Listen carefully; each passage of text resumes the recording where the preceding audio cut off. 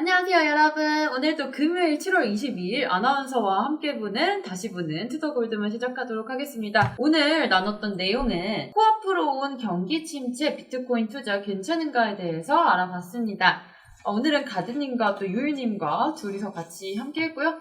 오늘 나눠봤던 얘기 잠깐 브리핑 해드리자면 첫 번째로는 가드님께서 경기 침체 우려되는 상황인데 자산시장의 방향성 어떻게 될지 짚어주셨고요. 두 번째로 유일님께서 에너지 식료품을 제외한 근원 CPI는 하락을 했다고 말씀해주셨습니다. 다음으로 얘기 나눠봤던 거는 가드님께서 비트코인의 바닥 가능성 어디까지인가, 지금 바닥인가에 대해서 얘기해봤고요. 유일님께서는 중국의 경기 둔화, 미국의 또 긴축 정책 두 가지 말씀해주셨습니다. 네, 세 번째는 가드님께서 장단기 금리 역전 현상은 경기 침체를 불러오나에 대해서 얘기해 주셨고요. 유일님께서는 코로나 켄타로스 또 신종 변이까지 다 주셨습니다. 이렇게 세 가지 파트로 한번 오늘 얘기 나눠보도록 하겠습니다. 네, 첫 번째로 가드님께서 경기 침체 우려되는 상황 속에서 자산시장의 방향성을 대해서 좀 얘기를 해주셨는데요. 지금 미국 증시가 다시 크게 좀 반등을 했죠. 바닥권에서 3% 정도 강하게 좀 나왔다는 건 이대로 추세 상승이 나올 수도 있는 분위기인데요. 미국 증시가 상승하게 된 이유는 아무래도 달러 약세가 그 원인일 수도 있습니다. 최근 달러 인덱스가 108까지 올라가면서 전례 없던 좀 달러 강세를 보이고 있는데요. 또한 조금 예상치가 낮았던 기업들의 실적까지 우리 미국 기업 실적들 너무 좋게 나왔잖아요. 그것까지 웃도는 실적이 나오면서 좀 증시 상승을 부추겼습니다. 강달러 기세를 좀 약화시키게 된 것은 유럽 중앙은행의 좀 금리 인상이 0.25가 아니라 빅스텝을 인상할 수도 있는 가능성에 유로화 강세로 좀 달러 약세로 전환하게 된 것인데, 지금 달러 인덱스 지금 106 정도로 나오고 있습니다. 증시가 반등이 나오면서 비트코인 동반 상승해서 23,000달러 도달하고 있는데요. 지금 분위기 조금 고조되고 있는 상황 속에서 지금 예측 시나리오대로 지금 가드님께서는 흘러가고 있다고 합니다. 하락이 한 번 더 나올 것이라고 예측을 하고 계시는데, 그러한 이유는 아무래도 유가가 다시 상승할 수 있다는 우려와 또 중앙은행들의 긴축이 조금 강화가 되면서 경기 침체에 대한 우려가 커지는 점이 좀 해소가 아직은 안 되었다. 아직은 우리가 악재 해소가 되지 않았다라고 보고 계십니다. 두 번째로 말할 것은 에너지 식료품을 제외하고는 근원 CPI가 하락을 했다고 하는데, 지금 CPI 자체가 물가지수잖아요. 우리가 물가지수가 하락을 했다는 건 우리한테는 좀 좋은 거죠. 인플레가 조금 잡히고 있다.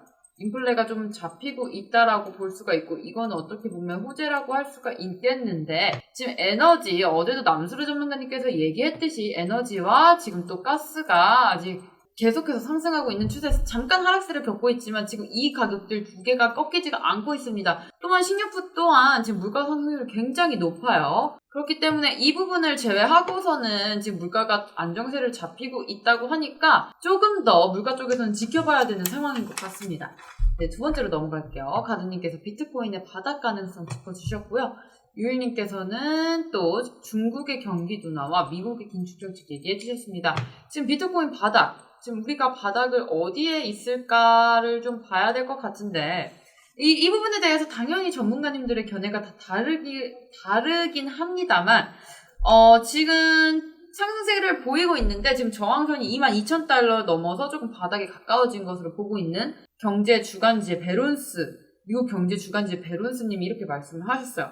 또 월말까지 이 가격대가 무너지지 않으면 잠재적으로 우리가 장기 바닥이라고 볼 수 있지 않을까라고도 생각을 하고 있는데, 지금 크라켄의 분석가들은 또 200주 이동평균선 부분에서 지금 횡보를 보이고 있기 때문에 곧 추세 반전이 일어나지 않을까라는 얘기 해주셨습니다. 크라켄 분석가들은 조금 되게 긍정적인데요. 최고로 4억 2천만 원까지 좀 급등을 할 수 있다고 보고 있습니다. 200주 이동평균선까지 떨어졌을 때 조금 분석적으로 본다면, 과거에는 10배에서 15배의 상승이 있었다는 점 우리가 가져가면서 이 근거를 예시로 좀 들었습니다. 따라서 두 가지 정도의 견해가 있을 텐데, 200주 이동평균선 부분에서 횡보를 보이고 있을 때 추세 반전이 일어날 수가 있다. 아니면은 우리가 지금 22,000달러 월말까지 이 가격대 유지하고 있다면 조금 잠재적인 장기 바닥의 신호로 좀 강력하게 신호를 볼 수가 있겠다라고 이렇게 두 가지 말씀해 주셨어요. 다음 유일님께서 얘기해 주신 거 중국 경기 둔화, 미국의 긴축 정책 얘기해 주셨습니다. 지금 경기 둔화 당연히 일어나고 있었죠. 지금 중국은 계속해서 금리를 계속해서 인하도 안 하고 뭐 상승도 안 하고 지금 가만히 냅두고 있는 상황이에요. 아무런 대책이 없습니다. 그리고 코로나 또 지금 재확산이 되면서 이 경기가 안 좋아지고 있습니다. 지금 미국도 28일에 FOMC 회의 열릴 거고요. 긴축 정책 더 빡세게 들어갈 겁니다. 최소 0.75%포인트 보고 있는데요. 이렇게 해서 계속 긴축 정책이 일어남으로써 우리가 인플레를 잡겠다라는 미국의 어떻게 보면 강력한 의지를 나타낼 수가 있겠고요. 따라서 중국도 경기 둔화가 되면서 전체적으로 지금 자산시장 자체가 둔화를 되고 있지만 아무래도 중국과 미국 계속해서 패권 전쟁이 일어나고 있기 때문에 아직 싸움이 끝나지가 않았습니다. 계속해서 중국이 반도체 가지고 또 싸움을 걸고 있기 때문에 수입 수출도 이 부분도 우리가 챙겨가시면서 지금 경기 침체지만 아무래도 이런 거시적인 상황을 계속 봐야 된다고 말씀을 하셨습니다. 네, 마지막으로는 지금 장단기 금리 역전 현상이 일어났습니다. 경기 침체에 불러일으킬까에 대해서 얘기 한번 나눠보겠는데 사실 2년물 금리가 지금 상승을 하면서 장단기 금리 역전 현상이 일어났습니다. 경기 침체에 대한 신호라고 할 수가 있겠는데요. 금리가 뒤집어졌다는 의미는 반드시 경기 침체를 보는 건 아니지만 대체적으로 좀 그래왔다. 우리는 현재 상황이 아니라 앞으로를 잘 봐야 된다라고 말씀을 해주셨어요. 지금 비트코인은 어떻게 보면 암호화폐에서 아마존이 되기 위해서 좀 경쟁을 하고 있다고 해야 되는데 첫 번째로 나눠볼 얘기는 이미 축적 구간에 돌입한 지가 우리가 1년이 넘었고요. 또 두 번째는 하락의 막바지에 좀 가까워지고 있다고 보고 있습니다. 2022년 4분기 정도로 예상을 하고 있습니다. 이번 단기, 세 번째로는 이번 단기 반등이 끝나고 강한 하락으로 좀 전저점을 뚫고 내려갈 경우에 기간적으로나 또 축적된 비율로 봤을 때 우리가 최저점인 근처에 가까워질 수도 있겠다라고 말씀을 하셨습니다. 마지막으로 지금 코로나 켄타우로스 신종변이 얘기해 주셨는데요. 어떻게 보면 델타랑 오미크론이 지금 지나가고 켄타우로스랑 조금 더 심각한 변이가 일어나고 있습니다. 켄타우로스 여러분들 동물 알죠? 밑에는 이렇게 제가 그림을 잘 못 그리지만 이렇게 동물의 형태를 하고 있으면서 앞에는 또 사람의 형태를 하고 있는 이런 켄타우로스 아주 귀여운 켄타우로스의 이런 신종 변이가 일어나고 있어요. 지금 이 코로나 사태로 인해서 만약에 지금 펼쳤던 긴축 정책을 안 하고 다시 양쪽 완화로 갈 수 있는지 이 부분도 우리가 좀 재밌게 봐야 할 체크 포인트인 것 같습니다. 이렇게 오늘 코앞으로 온 경기 침체, 비트코인 투자 괜찮을까? 지금 경기 침체와 또 비트코인에 대해서 오늘 얘기를 나눠봤고요.